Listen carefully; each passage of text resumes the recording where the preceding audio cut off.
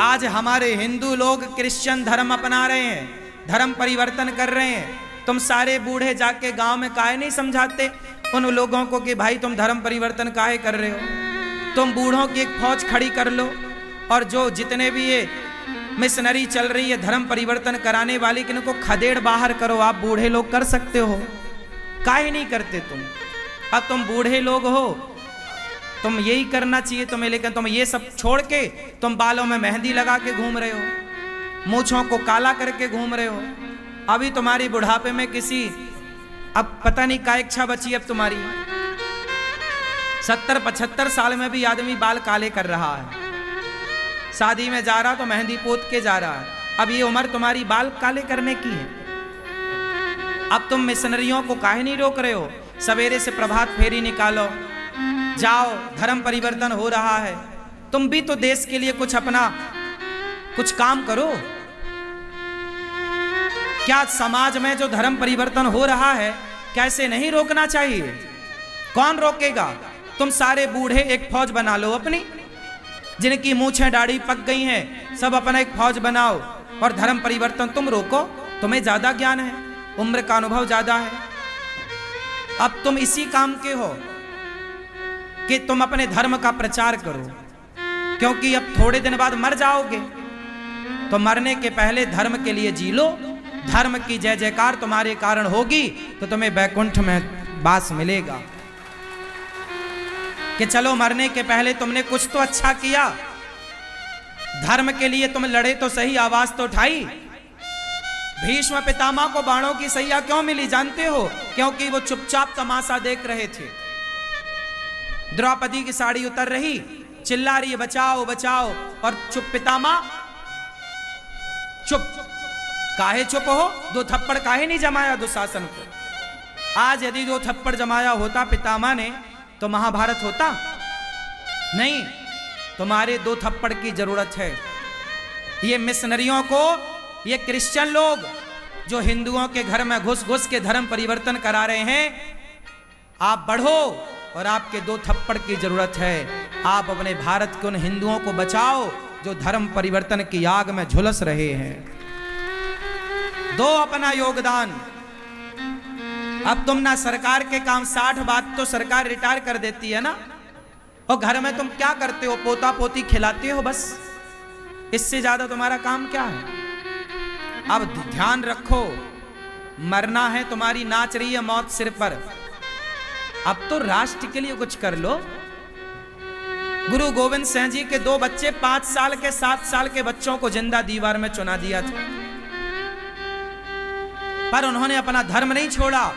मर गए, दीवार पर चुना दिए गए, पर धर्म नहीं छोड़ा। धर्म बड़ी चीज है साहब। गीता में लिखा है स्वधर्मे निधनम श्रेयः पर धर्मो भयावह। धर्म के लिए जीना और धर्म के लिए मरना। मरना तो है ही, आओ धर्म के लिए मरते हैं, धर्म को बचाते हैं, सनातन की रक्षा करते हैं, वेदों की रक्षा करते हैं, अपने हिंदू भाइयों की रक्षा करते हैं। मरना तो है ही। कुत्तों की मौत काहे मरो? अच्छी मौत मरो। सारे बूढ़ों को एक फौज तैयार करनी चाहिए। आजाद हिंद फौज फिर से गठन कर लो। आजाद हिंद फौज का गठन हुआ था ना, कहां गई वो फौज? फिर से उसकी जरूरत है। वो आजाद की फिर जरूरत है। तुम बूढ़े आजाद बनो, महाराणा प्रताप शिवाजी बनो, और बन के जाओ गांव गांव और अपने धर्म को बचाओ। जो हिंदू आज गांव गांव धर्म परिवर्तन कर रहे हैं, सैकड़ों की संख्या में हिंदू क्रिश्चियन बन रहे हैं, मुस्लिम बन रहे हैं, क्या ये चिंता का विषय नहीं है? तुम लुगाई लड़का में और बेटा बेटी में उलझे हो। अब बेटा बेटी से मन हटाओ और अपनी श्वासों को राष्ट्र के नाम कर दो, धर्म के नाम कर दो।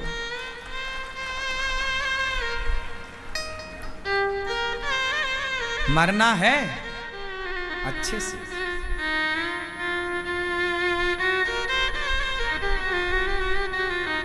तुम्हारे मरने से अब किसी को कोई फर्क भी नहीं पड़ता। तुम मर जाओगे ना तो लोग ज्यादा नहीं रोएंगे। लोग उनके लिए रोते हैं जिनसे कोई स्वार्थ होता है ना। बूढ़ा बैल मर जाए तो किसान नहीं रोता, जवान बैल मरे तो रोता है। यही नियम है, आप मानो ना मानो, बातें बड़ी कठोर हैं परंतु बिल्कुल सत्य हैं। अब आप परिवार में संस्कार दे चुके, परिवार को समझा सिखा चुके, रास्ता बता चुके, अब आपको अपना रास्ता, भगवान की तरफ का रास्ता चुन लेना चाहिए। लोग मरे, आपके मरने पर कितना रोएंगे, आपके चाहने वाले जरा सा रोएंगे। और आजकल तो रोने का भी एक नया नखरा है, आदमी रोता कैसे है ना। आजकल लोग मर जाते हैं ना, तुम्हारी लाश पड़ी रहेगी, पड़ोसी चाय बना बना के लाएंगे, अरे बहुत रो रहे हो, थोड़ा गला सिक जाएगा, थोड़ा चाय पी लो। तुम्हारी बहू रोती रोती थोड़ा चाय पिएगी, सास मरी पड़ी है, चाय पी रही है, पड़ोसन से कह रही है काय अदरक कम डाला है, चाय फिनिश, फिर चालू आ। क्यों ये बात झूठी है? जब आप मरते हो, लोग मरते हैं तो पड़ोसी चाय वाय लाते हैं नहीं, और ये सारे लोग चाय पी पी के रोते हैं कि नहीं? हाँ, तुम्हें क्या लगता है हमारे बाद क्या होगा हमारे परिवार का, हमारे बाद क्या होगा हमारे घर का, सब बढ़िया होगा, तुम तो आराम से मरो। लोग चाय पी पी के रोएंगे। किसी के मरने पे किसी का कोई काम रुका है? तुम्हारे बाप दादे सब मर तो गए, क्या रुका तुम्हारा काम? कि तुम्हारे मरने से क्या रुकेगा, हमारे मरने से क्या रुकेगा? किसी के मर जाने से कोई किसी का काम नहीं रुकता, हमारे होने ना होने से कोई फर्क नहीं पड़ता। ये संसार भगवान का है, भगवान अपने तरीके से मैनेज करते हैं, चलाते हैं। ये सब कहने की बातें हैं कि हमारे बाद क्या होगा, क्यों क्या होगा, सब बढ़िया होगा। तुम्हारे ना रहने पर भी सूर्य पूरब से ही निकलेगा, पश्चिम में अस्त होगा। तुम्हारे ना रहने पर भी तुम्हारे घर में खीर पूड़ी बनेगी, दीपावली होली दशहरा मनाया जाएगा। क्या रुकेगा? कोई काम रुका हो किसी का, बताओ? इसलिए बिंदास जियो, बिंदास मरो, फिक्र ना करो। जब तक जियो राष्ट्र के लिए जियो, हाँ, देश के लिए जियो। धर्म परिवर्तन जो सनातन धर्म के लोग कर रहे हैं, उन्हें रोकना हम सबका परम कर्तव्य है। यदि नहीं रोका गया तो कल हमारे हिंदुओं के खिलाफ ही हमारे हिंदुओं की फौज खड़ी हो जाएगी और हम और वो आपस में लड़के मर जाएंगे। दो टुकड़े हो जाएंगे ना, एक वो हिंदू जो हिंदू है और एक वो हिंदू जो हिंदू थे, धर्म परिवर्तन कर लिया, और धर्म परिवर्तन करके वो फौज अलग और आपकी फौज अलग, और वो मिशनरी लोग आपस में लड़ाएगी और आप आपस में लड़के मर जाओगे। वो तमाशा देखेंगे दूर बैठ के। यही होगा, देख लेना। होने तो 10-20 साल और देख लेना, आपस में हिंदू हिंदू लड़ेगा। ये वो हिंदू लड़ेगा जिसने धर्म परिवर्तन, जो हिंदू आज धर्म परिवर्तन कर रहा है, यही हिंदू कल तुमसे लड़ने आएगा। क्रिश्चियन लोग प्रत्येक हिंदू को पर महीने 500 रुपए दे रहे हैं धर्म परिवर्तन करने का, और वो हिंदू समझ नहीं रहा है। वो क्रिश्चियन लोग क्या कर रहे हैं? पैसा दे के धर्म परिवर्तन करा रहे हैं, पैसे के लोभ से। और फिर क्या होगा? ये लोग बाद में, क्रिश्चियन लोग पैसा देना छोड़ देंगे, 10-20 साल 5 साल पैसा देंगे, फिर छोड़ देंगे। उनको लगेगा अब ये तो धर्म परिवर्तन हो ही गया, ये तो आ ही गए अपने पक्ष में, पैसा देना छोड़ देगा। फिर चाहे भीख मांगो चाहे कुछ करो, फिर नहीं मिलना पैसा। वो तो शुरू की 4 दिनों की चांदनी, फिर अंधियारी रात। ये हिंदू समझता नहीं है। यही बातें तो तुम जा जाके समझाओ, जो परिवर्तन हो रहा है, धर्म परिवर्तन कर रहे हैं। क्रिश्चियन लोग तुम्हें कभी अपना बनाएंगे क्या? वो कह देंगे तुम्हें कि जब तुम अपने हिंदुओं के, तुम अपनों के ना हो सके तो तुम उनके क्या हो पाओगे? भाई, इतिहास से बात कर रहा हूं मैं। जब पृथ्वीराज चौहान के खिलाफ मोहम्मद गौरी खड़ा हुआ तो मोहम्मद गौरी का साथ जयचंद ने दिया। जयचंद बोला, मोहम्मद गौरी तुम पृथ्वीराज को हरा देना और दिल्ली का तुम धन सारा ले जाना, पर दिल्ली की सत्ता मुझे दे देना। मोहम्मद गौरी ने कहा ठीक है, तुम हमारा साथ दो, हम दोनों मिलके पृथ्वीराज को हराते हैं, फिर तुम्हें दिल्ली का राजा बना देंगे और हम खजाना ले लेंगे। ठीक है, ये बंटवारा हो गया। अब दोनों ने मिलकर, कौन कौन? पृथ्वीराज के सगे ससुर थे जयचंद। जयचंद कौन है? पृथ्वीराज चौहान के ससुर, संयोक्ता का पिता, सगा ससुर। लेकिन वो किससे मिल गया? मोहम्मद गौरी से। मोहम्मद गौरी की सेना और जयचंद की सेना। जयचंद भी अच्छा खासा पहलवान था, उसकी भी मजबूत सेना थी। ये दोनों राजा जब मिले तो दोनों की ताकत हो गई ज्यादा और पृथ्वीराज चौहान की शक्ति हो गई कम। तो फिर पृथ्वीराज तो युद्ध में हारे नहीं, पर उन्होंने शाम को जब विश्राम किया तो छल से उन्हें पकड़ लिया और पकड़ करके जयचंद के होते हुए मोहम्मद गौरी ले गया। आंखें फोड़ दी पृथ्वीराज की। फिर क्या हुआ? जयचंद बोला चलो अब खजाना तुम लो, सत्ता मुझे दो। मोहम्मद गौरी ने जयचंद को चौराहे में बांधा। पहले तो पृथ्वीराज को जीता मोहम्मद गौरी ने, फिर जयचंद को चौराहे में बांधा और लटका के कहा, अरे जयचंद, जब तुम अपने सगे दामाद के ना हो सके, बेटी के सुहाग के ना हो सके, तो तुम मोहम्मद गौरी के होगे। मोहम्मद गौरी ने तलवार से सिर काट दिया था। ये इतिहास का पन्ना है, पढ़ लिया करो कभी फुर्सत मिल जाए तो। मोहम्मद गौरी ने बोला था कि जयचंद, तुम अपने बेटी के सगे ना हो पाए, तुमने बेटी का सुहाग उजाड़ दिया। तुम अपनी बेटी के सगे ना हो पाए, तुम अपने देश के ना हो पाए, तुम हमारे होगे, तुमसे दोस्ती नहीं करेंगे, तुम गद्दार हो। सोचिए, वो दुश्मन समझ गया